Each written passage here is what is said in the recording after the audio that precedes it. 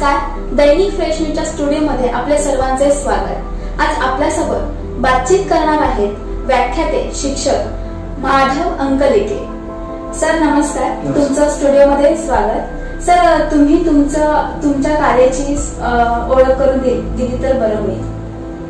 मागील 2007 पासून मी प्राथमिक शिक्षक म्हणून रत्नागिरी जिल्हा परिषद अंतर्गत काम करतो। ते करत असताना आता मी जिल्हा परिषद वाटत कवठेवाडी या शाळेमध्ये आहे आणि शाळेमध्ये शिक्षण देता देता सामाजिक कार्याची आवड असल्यामुळे त्यामध्ये सुद्धा सहभाग होण्याचा एक प्रयत्न छोटासा असतो। त्याचाच एक भाग म्हणून मागील 2018 मध्ये कोकण मराठी साहित्य परिषदेच्या कार्यवाहपदी माझी नियुक्ती झाली। त्या माध्यमातून सुद्धा साहित्यिक आणि सामाजिक क्षेत्रामध्ये छोटे मोठे काम करण्याचा मानस आहे आणि तसा प्रयत्न सुरू आहे। धन्यवाद सर। सर आता सरकारकडून माझी जबाबदारी माझं कुटुंब हे राबवलं जाते, तर त्याच्याबद्दल तुम्ही काय सांगू शकाल?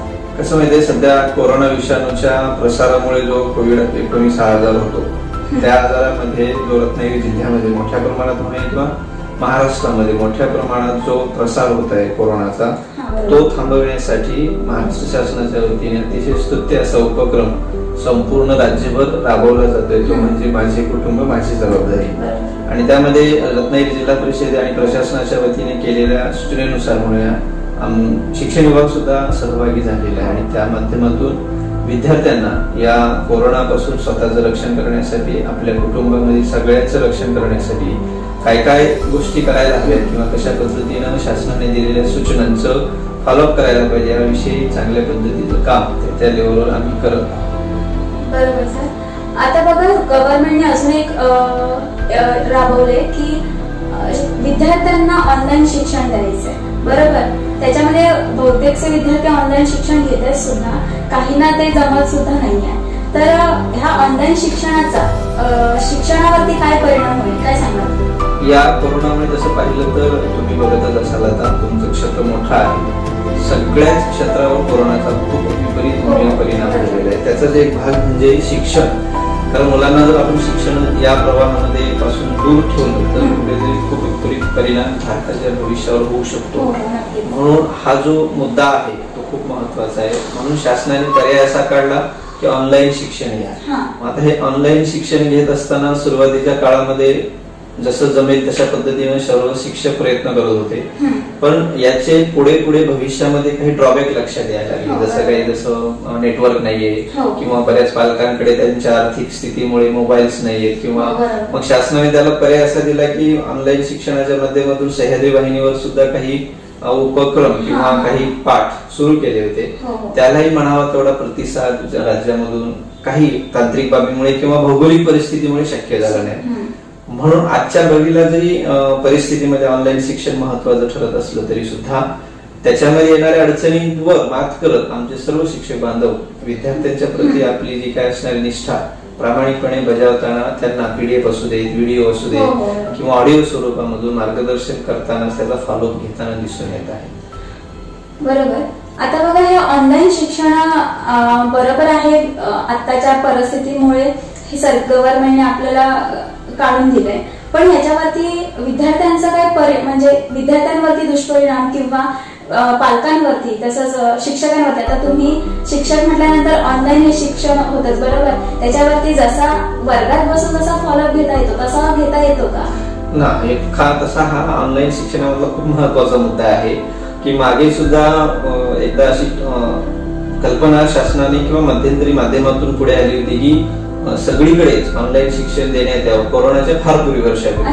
तर त्यावेळी त्याला जोडून महाराष्ट्रातल्या शिक्षण तज्ञांनी त्याला विरोध केला होता आणि त्यांनी असं सांगितलं की ऑनलाईन शिक्षण हे जरी कमी खर्चाचं आणि इफेक्टिव्ह जरी असलं तरी त्या इमोशन्स आहेत त्या पाठाच्या किंवा त्या टॉपिकच्या त्या विद्यार्थ्यांना कळणार। त्यामुळे विद्यार्थ्याला किती समजलंय हे ऑनलाईन फॉलोअप घ्यायला कठीण होत आहे, हे आता सगळ्यांच्याच लक्षात आलेलं आहे। त्यामुळे ऑनलाईन शिक्षणाचा जसा फायदा आहे तसाच विद्यार्थ्यांच्या दृष्टिकोनातून किंवा भौगोलिक परिस्थितीतून तोटा सुद्धा आपल्याला दिसून येतो, तरी सुद्धा ऑनलाईन शिक्षणाच्या माध्यमातून तो प्रवाहात राहतो, हे एक बाब मात्र आपण लक्षात घेणे गरजेचं आहे। आता राहिला परिणाम दुष्परिणामाचा विद्यार्थ्यावर। आता आम्ही जेव्हा ग्रामीण भागामध्ये काम करतो तसा हा खूप मजेशीर प्रसंग सांगता येईल।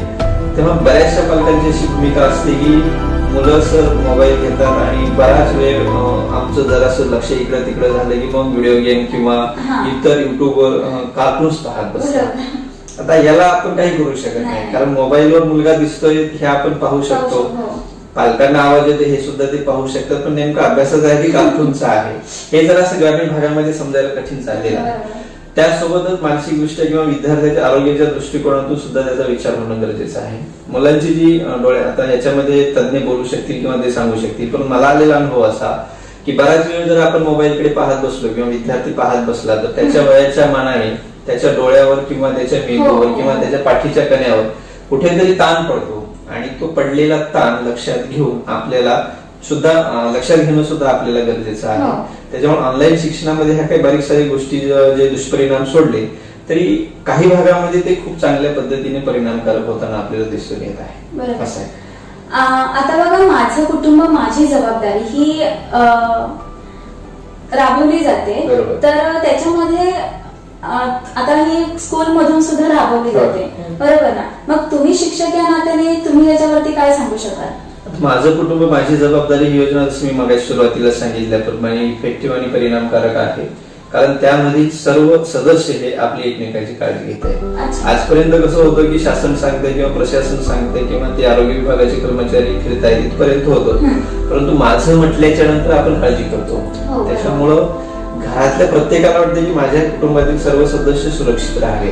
माझ्या कुटुंबातील सर्व सदस्य सुरक्षित कधी राहतील जर मी काळजी घेतली तर, आणि मी माझी काळजी कधी कुठून सुरुवात करणार? माझ्या कुटुंबापासून. जर माझं कुटुंब सुरक्षित राहिलं तर माझं गाव सुरक्षित राहणार आहे. माझं गाव सुरक्षित असेल तर पर्यायाने राज्य आणि राष्ट्र सुरक्षित राहणार आहे. म्हणून माझे कुटुंब आणि माझी जबाबदारी महत्वाची भूमिका आजच्या घडीला कोरोनाच्या विरोधामध्ये अभियान बजावत आहे.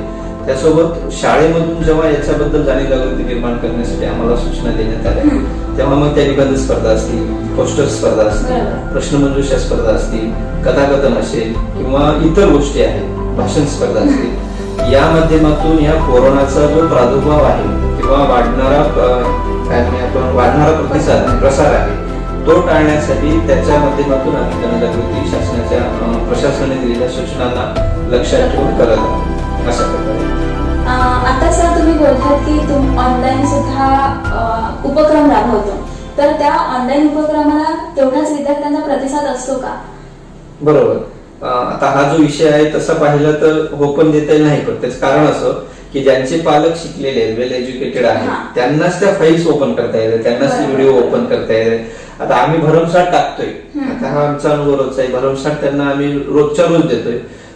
पीडीएफ असतील किंवा प्रश्न असतील, प्रश्नपत्रिका असतील, व्हिडिओज असतील, परंतु ते कितपत अपलोड होत आहेत किंवा कितपत मुलं त्याच्यात इंटरेस्टेड म्हणून बघतायत हे सुद्धा पाहताना एक गोष्ट समोर येते किंवा निदर्शनास येते की जे शिकलेले पालक आहेत किंवा ज्यांना त्याचं थोडंसं ज्ञान आहे, अजूनही टेक्नॉलॉजी ग्रामीण भागामध्ये तेवढ्या प्रमाणात पोहोचली नसल्यामुळे सगळ्याच पालकांना ते वेल हँडल करता येत नाहीये, आणि वेल हँडल न करता आल्यामुळे मुलांचा त्यांना त्यावरचा अभ्यास हा कमी घेता येतो. म्हणून ज्यांच्या घरामध्ये अशा पद्धतीच्या तांत्रिक अडचणी आहेत त्यांना मग शासनाने आम्हाला सूचना दिल्या की तुम्ही ऑफलाईन शिक्षण घ्या. ऑफलाईन शिक्षणामध्ये कशावर भर द्यायला? मुलांना शाळेत बोलवायचं नाही, पहिली सूचना प्रशासनाने केलेली आहे. म्हणून काय करावं? त्यासाठी गृहभेटी द्या. मग गृहभेटी देत असताना काय त्या त्या ठिकाणी जाऊन त्या त्या विद्यार्थ्याला जे आपण ऑनलाईन त्यांना व्हिडिओज किंवा मोबाईल्सवर टाकलेलं आहे ते त्यांनी कितपत केलेलं आहे. आजपर्यंत काय व्हायचं किंवा काही ठिकाणी असं जाणवायला लागायचं की दिलेलं आहे पण केलेलं काही नाही. पण या गृहभेटीमुळे असं लक्षात यायला लागलं की या ज्या मुलाने केलेलं आहे त्याला आपण एक शंका असतील निरसन करता येऊ लागल्या, आणि ज्याने ते बरोबर केलं त्याला नवीन पद्धतीने त्याला अजून अभ्यास देता. त्याच्यामुळं ऑनलाईन सोबत हे ऑफलाईन, म्हणून ज्या विद्यार्थ्यांना ऑनलाईन मध्ये अडचणी आल्या त्याचं मूळ कारण जरी विद्यार्थी असला तरी काहीतरी पॅरेंटच्या माध्यमातून पालकांचं सुद्धा त्याला आपल्याला कारण सांगते. कारण पालकांना पूर्वीपासून अशा पद्धतीचं नॉलेज नसल्यामुळे म्हणूया किंवा त्यांच्याकडे ते ज्ञान उपलब्ध नसल्यामुळे, टेक्नॉलॉजी उपलब्ध नसल्यामुळे त्यांना कुठेतरी त्या पालकांच्या मुलांना अडथळे निर्माण होत आहेत, हे मात्र दुर्लक्ष करून चालता येणार नाही. बरोबर सर. आता बघा तुम्हीच म्हटलं जर वेल एज्युकेटेड जर पॅरेंट्स असतील तर ते चांगल्या पद्धतीने मुलांना सुद्धा शिकवू शकतात. मग ह्या जर भाग आपण निगेटिव्हने घेतला, म्हणजे समजा गावच्या ठिकाणची जर पॅरेंट्स असतील आणि मुलांचं असेल मग ते शिक्षणापासून वंचित राहणार, ऑनलाईन शिक्षणापासून, मग त्यांच्यासाठी आपण किंवा गव्हर्नमेंट काय करू? ऑफलाईन शिक्षण. जे पालक तांत्रिक त्यांच्याकडे बाबीची कमतरता आहे, टेक्नॉलॉजी तेवढ्या प्रमाणात पोहोचलेली नाही पूर्वीपासून, आता 3 महिन्यामध्ये कोणी एवढा एक्सपर्ट त्यातला होणार नाही, पण ज्यांच्याकडे ह्या सुविधांचा अभाव आहे किंवा ज्यांना हे प्रॉब्लेम्स येतात ना, त्यांच्यासाठी आम्ही ऑफलाईन शिक्षणाचा मार्ग स्वीकारलेला आहे. ऑफलाईन शिक्षणाचा मार्ग काय की त्यांना आता शासनाने स्वाध्याय पुस्तिका सुद्धा पुरवली आहे महाराष्ट्रातील शिक्षक परिषदेने, आणि त्या स्वाध्याय पुस्तिका मुलांना प्रिंट काढून देऊन त्या 2 दिवसांनी 3 दिवसांनी जसं आपण गृहभेटी देत जातो त्या तपासून घेतोय. शासनाचा हेतू किंवा शिक्षण विभागाचा हेतू हा एकच आहे की कुठलंही मूल शिक्षणापासून वंचित राहणार नाही, कारण शिक्षण मिळणं हा त्याचा मूलभूत अधिकार आहे आणि अधिकारापासून कुणी वंचित राहणार नाही याची काळजी आम्ही घेतो. बघा तर ऑनलाईन या शिक्षणाला तुम्ही सांगतायच, पण याच्यावरती म्हणजे तुम्ही शिक्षक या नात्याने तुम्हाला काय दुष्परिणाम वाटले त्याच्यामध्ये ऑनलाईन शिक्षणामध्ये? मी मग सांगितल्याप्रमाणे मुलांच्या आरोग्यावर त्याचा जरासा विपरीत परिणाम होण्याची शक्यता नाकारता येत नाही. तांत्रिक बाबी सगळ्या पालकांना माहिती नसल्यामुळे त्या मुलांपर्यंत इफेक्टिव्हली पोहोचवलं जात नाही. आणि सगळ्यात महत्वाचा रत्नागिरी जिल्ह्याचा जर किंवा आमच्या भागाचा जर विचार केला, आमची शाळा ज्या भागामध्ये आहे तो अतिशय दुर्गम भाग असल्यामुळे नेटवर्क शहरात मिळत नाही कधी कधी, त्यामुळे त्या भागामध्ये नेटवर्कचा खूप मोठा प्रॉब्लेम असतो. त्यामुळे ऑनलाईन शिक्षणातले ह्या जर टेक्निकल बाबी सोडल्या किंवा टेक्निकल बाबी जर आपण दुर्लक्ष केलं तर ऑनलाईन शिक्षणाचा मार्ग चांगला आहे, परंतु या गोष्टीमुळे त्याचा कुठेतरी दुष्परिणाम आपल्याला जाणवतो. नक्की सर. सर म्हणजे आता तुम्ही एवढं सांगतायच ऑनलाईन शिक्षणाबद्दल वगैरे, तर मग तुमच्या अशी सरकारकडून काय अपेक्षा आहे की तुमच्या मते की अजून सरकारने आता हे ऑनलाईन शिक्षण काढलंच आहे, शिक्षणापासून कोणी वंचित राहू नये त्यासाठी ऑफलाईन सुद्धा आलंच आहे, बरोबर? शिक्षण हे वेळेतच व्हावं, वयातच व्हावं यासाठी ऑनलाईन शिक्षण काढलेलं आहे, तरी पण अजून काही आहे सरकारकडून त्रुटी आहेत का असं तुम्हाला काय वाटतं? शासनाकडून त्रुटी आहेत की नाही हा त्यांचा भाग आहे, मी बोलणं बरोबर दिसणार नाही, परंतु एक अपेक्षा मात्र शासनाकडून अशी आहे की पूर्ण अभ्यासक्रम काय तो होणार नाही, त्याच्यामुळे स्पेसिफिक त्यांना काय अपेक्षित आहे. शिक्षणामध्ये खूप मोठे तज्ञ बऱ्याच ठिकाणी आपल्याकडे असतात, त्यांच्या माध्यमातून काहीतरी असा डाटा कलेक्ट करून त्या वयातील मुलांना, समजा 2री-3रीचा मुलगा असेल किंवा पहिलीचा मुलगा असेल तर त्या वयातील मुलांना काय देता येईल हे शासनाने निश्चित करायला हवं. जसं 5वीच्या मुलांना भरमसाठ गणित असतील किंवा एक पुस्तक असेल गणित, ते काय आता शक्य नाही होणार, ऑनलाईन असू दे ऑफलाईन असू दे किंवा इतर बाबी. त्यामुळे शासनाने हे निश्चित करायला हवं की त्याला नेमकं काय द्यायचं. त्यात आम्ही आमच्या पद्धतीने करतोय, पण ते जर अधिकृत आलं शासनाकडून तर त्याला अजूनही ऑनलाईन आणि ऑफलाईन शिक्षणाला बळी आणि चांगल्या पद्धतीचा परिणाम मुलांच्या शिक्षणावर होईल आणि त्याचा जो अधिकार आहे तो तसाच अबाधित राहण्यासाठी मदत होईल. सर अजून एक की म्हणजे ऑनलाईन शिक्षण घेतो बरोबर, जेव्हा स्टुडंट बसलेले असतात समोर व्हिडिओमध्ये, तुम्ही या साईडला असता, मग ज्या वेळा असतात टाइम टेबल नुसारच आपलं शिक्षण होतं बरोबर की नाही, मग त्याच्यामध्ये तुमचे खूप सारे मध्ये रेस असतात की ऑनलाईनच म्हणजे कंटिन्यूस असतात? हा मुद्दा पण कसा महत्वाचा आहे, गंमत अशी आहे आम्ही ज्या भागात काम करतो त्या भागामध्ये सगळा हा मजुरीवरचा वर्ग आहे पालकांचा, त्यामुळे स्पेसिफिक तुम्ही ही टायमिंग नाही देऊ शकत की सकाळी 10 वाजता सगळ्यांनी उपस्थित राहा, तर ते प्रत्येकाला शक्य नाही, कारण आज याची वडील कामाला जातात, आज त्याची वडील आहेत, त्याच्यामुळं आणि घरामध्ये 2 मोबाईल घ्यावे एवढी काही इकॉनॉमिकली स्ट्रेस त्या लोकांची नाहीये. हा महत्वाचा मुद्दा. मगाशी जो शासनाला अपेक्षित आहे तो तिथे त्यांच्याकडे वर्ग केला तरी चालेल, ती स्ट्रेंथ ती त्यांची इकॉनॉमिकली नसल्यामुळे अडचण अशी होती की एकाच वेळेमध्ये त्यांना शक्य होत. म्हणून मग आम्ही अशा पर्याय निवडतो, ग्रुप केलेले आहेत व्हॉट्सअपचे, ब्रॉडकास्टचे ग्रुप केलेले आहेत, मला जे अपेक्षित आम्ही त्याच्यावर टाकतो आणि त्यानंतर एखाद्या विद्यार्थ्याने जर शंका विचारली तर त्याला व्हिडिओ कॉल असेल किंवा झूम कॉल असेल किंवा फेसबुक असेल किंवा जसं जमेल किंवा प्रत्यक्ष डायरेक्ट कॉल असेल साधा, त्या माध्यमातून त्याची शंका दूर करतो. एवढी नाही झाली तर गृहभेटीच्या माध्यमातून त्या मुलाला आणि पालकाला समजावून सांगण्याचा आमचा प्रयत्न असतो आणि त्यामुळं ऑनलाईनच्या दिल्याच्या नंतर ज्या काही शंका किंवा काय म्हणजे आपण डाऊट्स असतील ते गृहभेटी माध्यमातून बाहेर काढण्याचा प्रयत्न असतो. सर मगाशीच आपल्या दैनिक फ्रेश न्यूजला एक बातमी आली की ऑनलाईन क्लासेसमुळे 30% डोळ्यांचे आजार वाढले, तर त्याच्यावरती काय सांगता? खरं आहे आणि माझं तर म्हणणं असं आहे म्हणजे कितपत ते ग्राह्य धरले सोसायटी हे मला सांगता नाही येणार, परंतु ऑनलाईन शिक्षणाचा हा जो पर्याय आहे हा ज्या मुलांना पूर्णपणे सगळ्याच ज्ञान आहे, टेक्नॉलॉजी ज्ञान आहे बॉडीचं ज्ञान आहे, शरीराचं ज्ञान, डोळ्याची क्षमतेचं ज्ञान आहे, त्यांच्यासाठी ठीक आहे. परंतु ज्या मुलांचे अजून डोळ्यावरचं झापड उडायला नाही, पहिली, दुसरी, तिसरी, चौथीच्या मुलं आपण जर झूम ॲपच्या माध्यमातून जर शिकवणार असून ते जर क्लास बघत असेल तर कुठेतरी नक्कीच त्याचा विपरीत परिणाम त्यांच्यावर होणार आहे. याचा आम्ही प्रामुख्याने विचार करतो. त्यामुळे 5वी, 3री, 4थी, 5वीला जरा आमचा जोर असतो ऑनलाईनसाठी, परंतु बाकीच्यांना मात्र काही जरी झालं तर ऑफलाईन देण्यावरच मोठ्या प्रमाणावर आम्ही प्रयत्न करत असतो. सर, अजून एक प्रश्न आहे माझा की ऑनलाईन शिक्षणामध्ये आपण म्हणजे इतिहासासारखा विषय किंवा बाकीचे सारखे जे विषय आहेत ते आपण इझिली शिकू शकतो.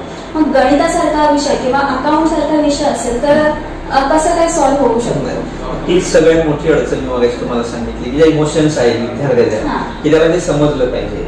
की किती समजलंय हे शोधण्यासाठी परत गृहपाठी द्यायला लागत आहे.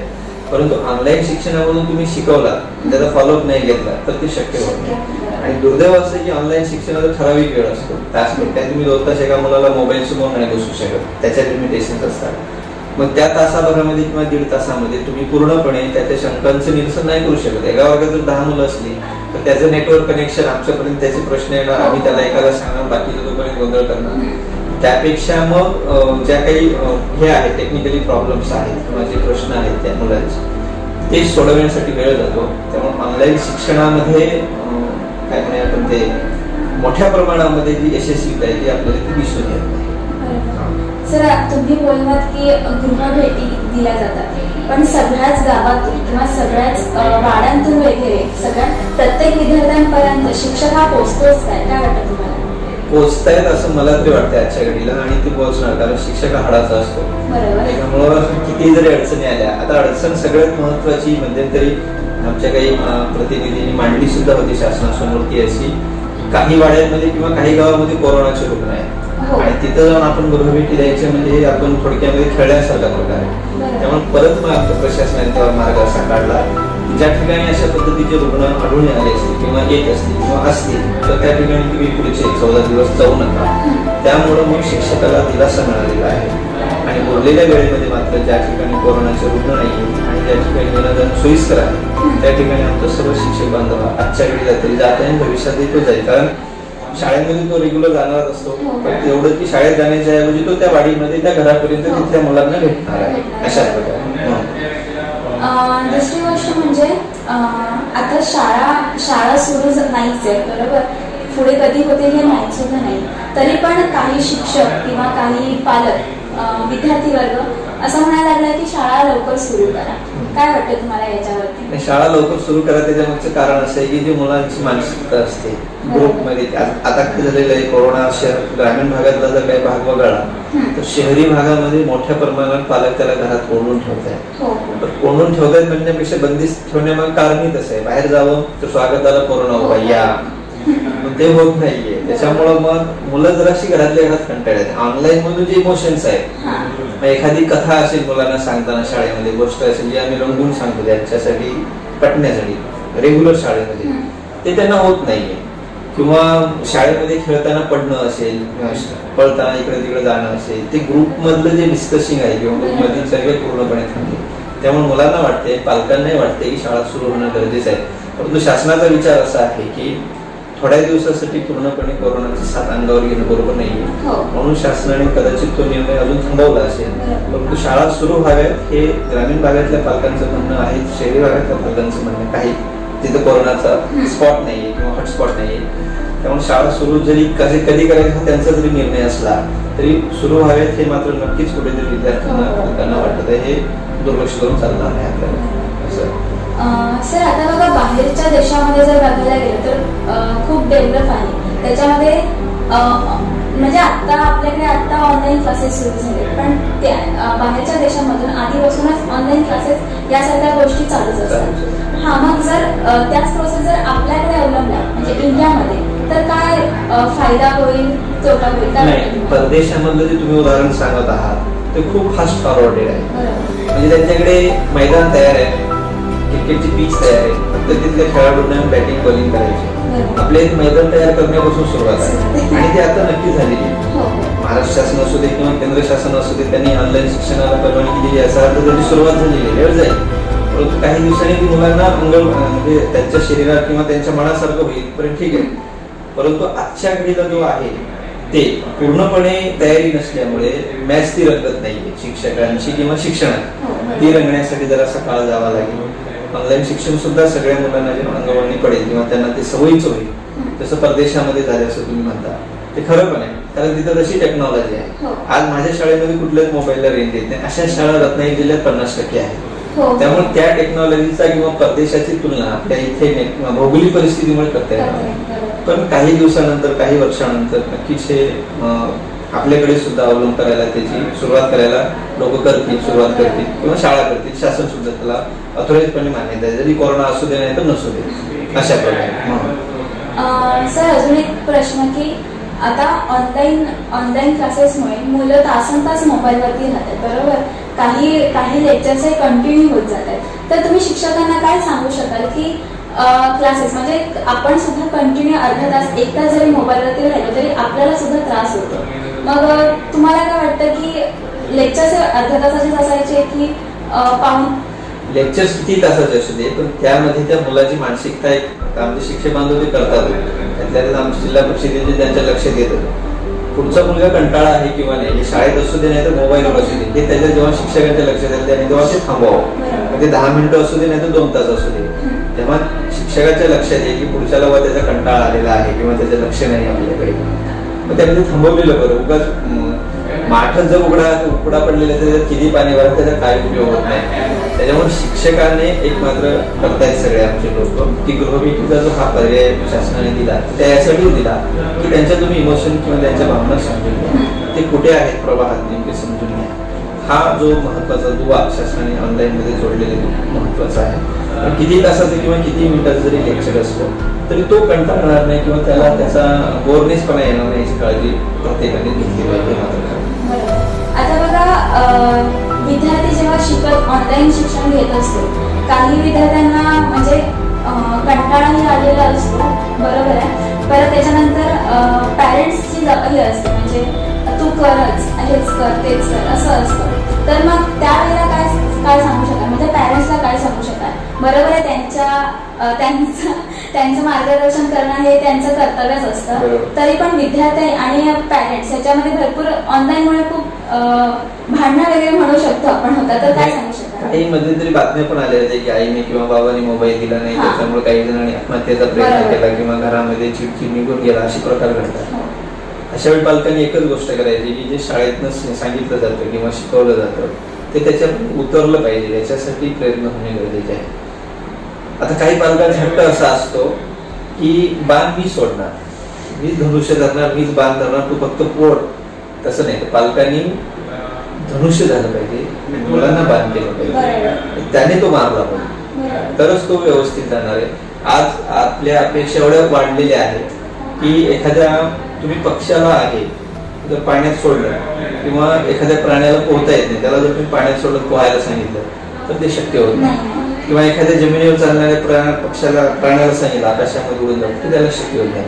प्रत्येक विद्यार्थ्याची क्वालिटी आहे, प्रत्येक विद्यार्थ्यामध्ये क्षमता आहे, त्या क्षमतेचा विचार पालकांनी सुद्धा करणं गरजेचं नाही. तू हेच कर, सर सांगतात ऑनलाईन मध्ये सहभागी होईल, हो ठीक आहे इथपर्यंत बरोबर आहे, मी तुला एवढं साहित्य दिलं तेवढं साहित्य दिलं, तुमची जबाबदारी आहे, तुम्हाला ते केलंच पाहिजे.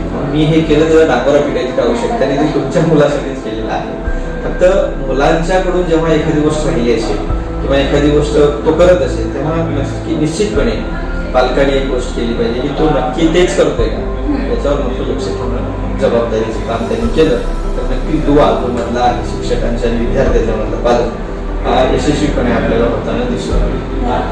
आता बघा, मोबाईल आता ऑनलाईन शिक्षणामुळे मुलांच्या हातामध्ये मोबाईल हा आहेच, तरी पण किती मुलं शिक्षण घेतात किती नाही घेतात हे काय अजून आपल्याला कळत नाहीये. तरीही मुलं मोबाईलला खूप ऍडिक्ट होतात, बरोबर. म्हणजे सोशल मीडिया असो, गेम असो, आता पबजी तर खूप हो, त्याच्यामुळे ते मोबाईलला खूप ऍडिक्ट होतात. तर तुम्ही मुलांना काय सांगू शकाल की किती वेळ मुलांनी मोबाईलमध्ये राहायला पाहिजे आणि नेमकी मोबाईलमध्ये जे आपल्याला उपयोगी आहे तेच काय बघावं? नाही, कसं होतं माहितीये का, मुलांचा जो विषय आहे त्यांना जे नवीन दिसतं ते तिकडे धावतात. तुम्ही गेम द्या, किंवा युट्यूब द्या किंवा इतर फेसबुक द्या, त्यांना प्रसार माध्यम द्या, त्यांना जे जे चांगलं वाटतं ना ते त्या पद्धतीत काम करतात. पण अशा वेळी ते जे ऍडिक्ट होत आहे कशामुळे होत आहे की हा मारा त्यांच्यावर जास्त होतोय ऑनलाईनचा, हे कर ते कर हे कर ते कर.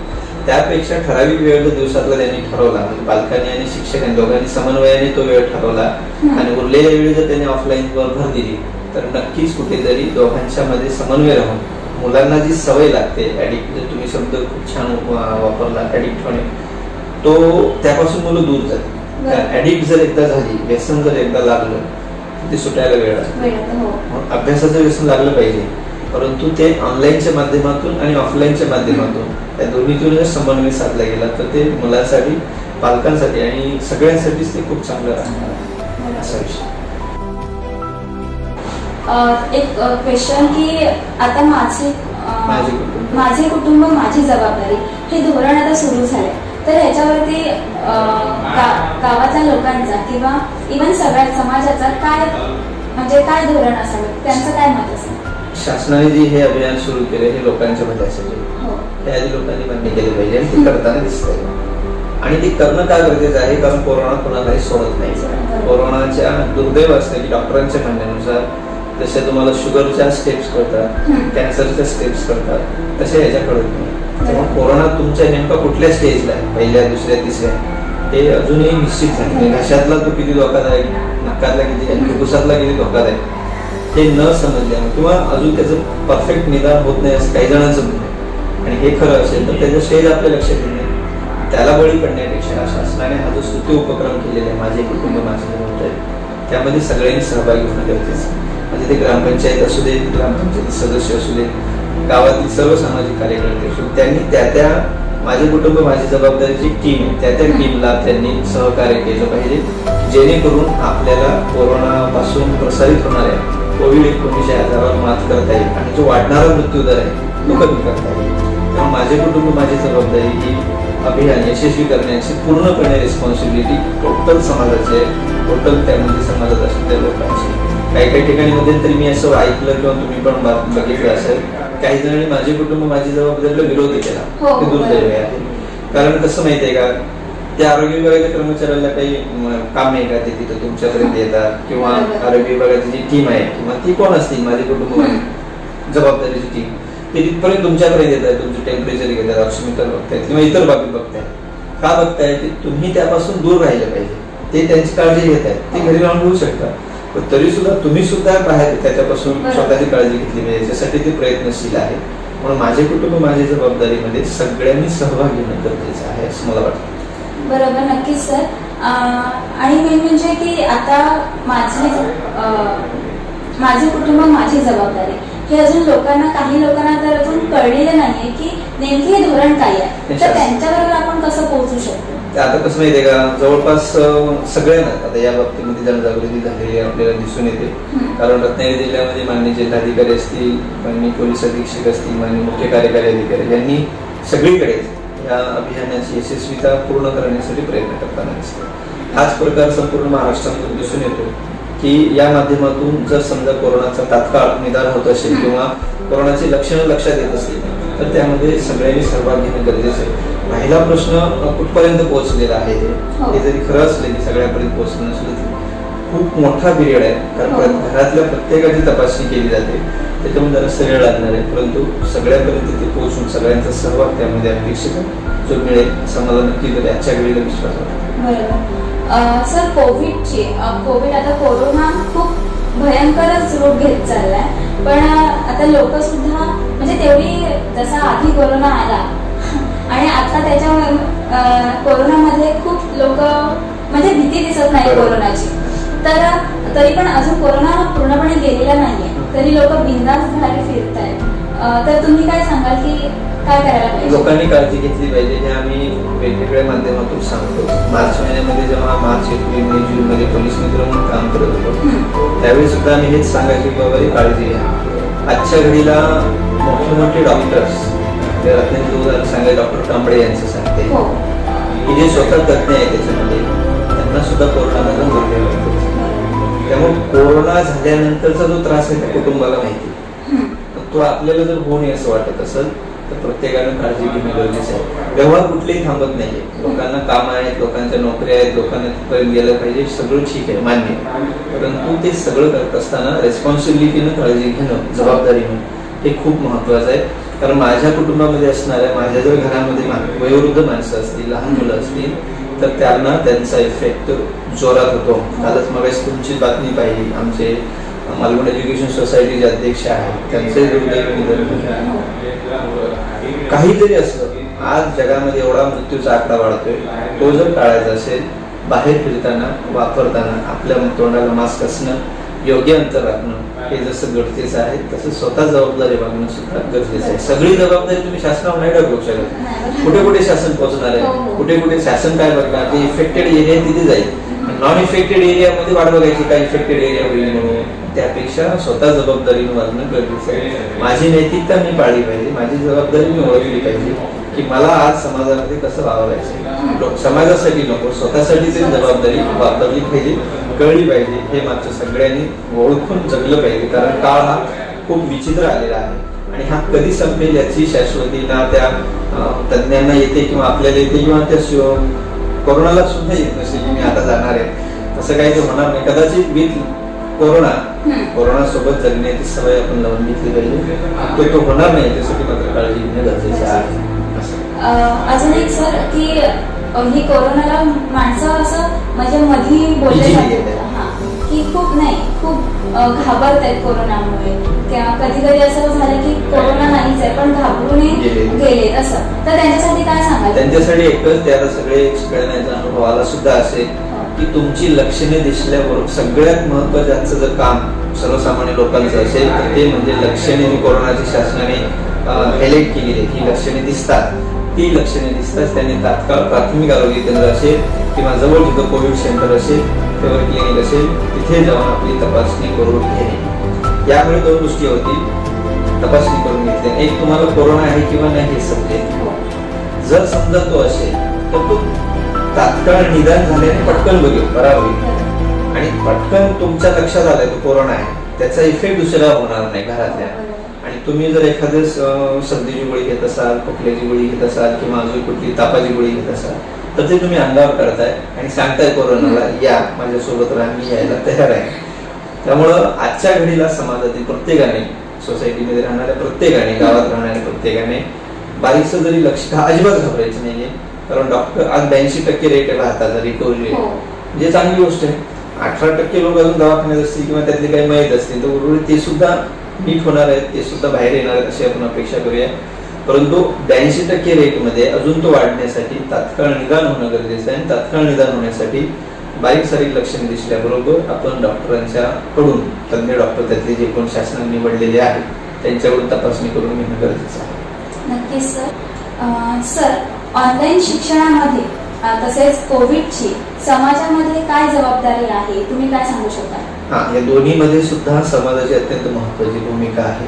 कारण ऑनलाईन शिक्षणामध्ये आता मी आमच्या शाळेमध्ये प्रयोग केला, आमचे सगळे शिक्षक करतात की काही मुलांकडे या तांत्रिक बाबी नाहीये, काय करायचं, त्याचे शेजारी दादा असेल, ताई असेल किंवा कोण शिकलेले असतील त्यांच्याकडे त्या उपलब्ध आहे. तेव्हा त्यांच्याशी डिस्कस करून आपण त्यांच्याकडच्या सोयी त्या मुलाला उपलब्ध करून देतोय. म्हणजे ह्या समाजात सगळे सहभाग झाला. उलट आम्ही सांगतो की जी मुलं 5वीला आहेत, 8वीला आहेत, 10वीला आहेत, 12वीला आहेत, त्यांचा अभ्यास घेण्यासाठी गावातील जे युवक आहेत त्यांना आम्ही प्रेरित करतो किंवा तुम्ही तुमचा जो रिकामा वेळ आहे संध्याकाळचा असेल तो त्यांच्यासाठी द्या. ही समाजाची जबाबदारी त्या माध्यमातून पार पाडता येईल. आणि कोरोनामध्ये सुद्धा एक प्रकारची समाजाची महत्वाची भूमिका यासाठी महत्वाची आहे की कोरोना जर एखाद्या कुटुंबातील व्यक्तीला झाला तर त्याला अक्षरशः वेगळ्या नजरेने पाहिलं, हे थांबलं पाहिजे.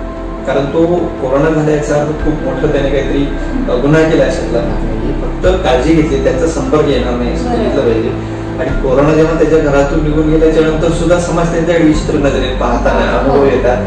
तर तसं न होता कोरोना संपल्यानंतर त्यांनाही काळजी घ्यायला आपण सांगितलं पाहिजे, आपणही काळजी घेतली गेली पाहिजे. समाजाची महत्वाची जबाबदारी आणि त्यासोबतच अजून एक समाजाची महत्वाची जबाबदारी जी आम्ही कोरोनाचे जेव्हापासून सुरू झालं लॉकडाऊनचा काळ तेव्हापासून सांगतो, आपल्या शेजारी किंवा आपल्या आजूबाजूला जर असे रुग्ण आढळत असतील तर त्यांनी ती माहिती तात्काळ आरोग्य विभागाला दिली पाहिजे की जेणेकरून त्याचा स्प्रेड होणार नाही. त्यामुळे समाजाचा ऑनलाईन शिक्षणामध्ये ऑफलाईन शिक्षणामध्ये आणि या कोरोनाच्या लढाईमध्ये खूप महत्वाचा आणि मोलाचा वाटा आहे असं मला वाटतं. त्याच समाजामध्ये ग्रामपंचायत सदस्य आहेत, सरपंच आहेत, उपसरपंच आहेत, पंचायत समिती आहेत, जिल्हा परिषद, त्यांचे नाव मी काय घेतो कारण त्यांना मानणारा वर्ग त्या समाजामध्ये आहे. समजा एखादा पंचायत समिती असेल सदस्य किंवा ग्रामपंचायत सदस्य असेल तर त्यांना मानणारा तो वर्ग त्या ठराविक लोकांपुरता मर्यादित आहे किंवा बाहेरचा आहे. त्यांनी सांगितलं ते लगेच ऐकलं, म्हणून त्यांचं सुद्धा या कामामध्ये महत्वाची भूमिका आहे. आणि मला सांगायला नक्की आवडेल की रत्नागिरी जिल्ह्यामध्ये ते काम सगळेजण अतिशय प्रामाणिकपणे करतायत. सर्व प्रशासन असू देत किंवा शासनातील लोक असू देत अतिशय चांगल्या पद्धतीने यावर मात करण्यासाठी प्रत्येक जण प्रामाणिकपणे जबाबदारी पार पाडतोय. फक्त सर्वसामान्य लोकांनी या कोरोनाला किंवा ऑनलाईन शिक्षण पुढे येईल की असं अजिबात होणार नाहीये. तर ते शिक्षण सुरूच राहणार आहे आणि कोरोना विरुद्ध सुद्धाचा लढा हा असा सुरू राहून एक दिवस नक्कीच आपल्याला त्या सगळ्यावर मात करण्याची संधी मिळणार आहे. त्यामुळे कुणीही घाबरून न जाता शासनाच्या आवाहनाला शासनाच्या सूचनांना प्रतिसाद देण्याची काळाची गरज बनलेली आहे. बरोबर, नक्कीच सर. धन्यवाद सर, तुम्ही तुमचा वेळ काढून आमच्या स्टुडिओमध्ये आलात आणि माझे कुटुंब, माझी जबाबदारी, परत कोविड तसेच ऑनलाईन शिक्षणाबद्दल तुम्ही महत्वपूर्ण माहिती दिली त्याबद्दल धन्यवाद. तुम्हाला सुद्धा शुभेच्छा. तुम्ही काळजी घ्या आणि सगळ्यांना यासाठी प्रवृत्त करा. धन्यवाद.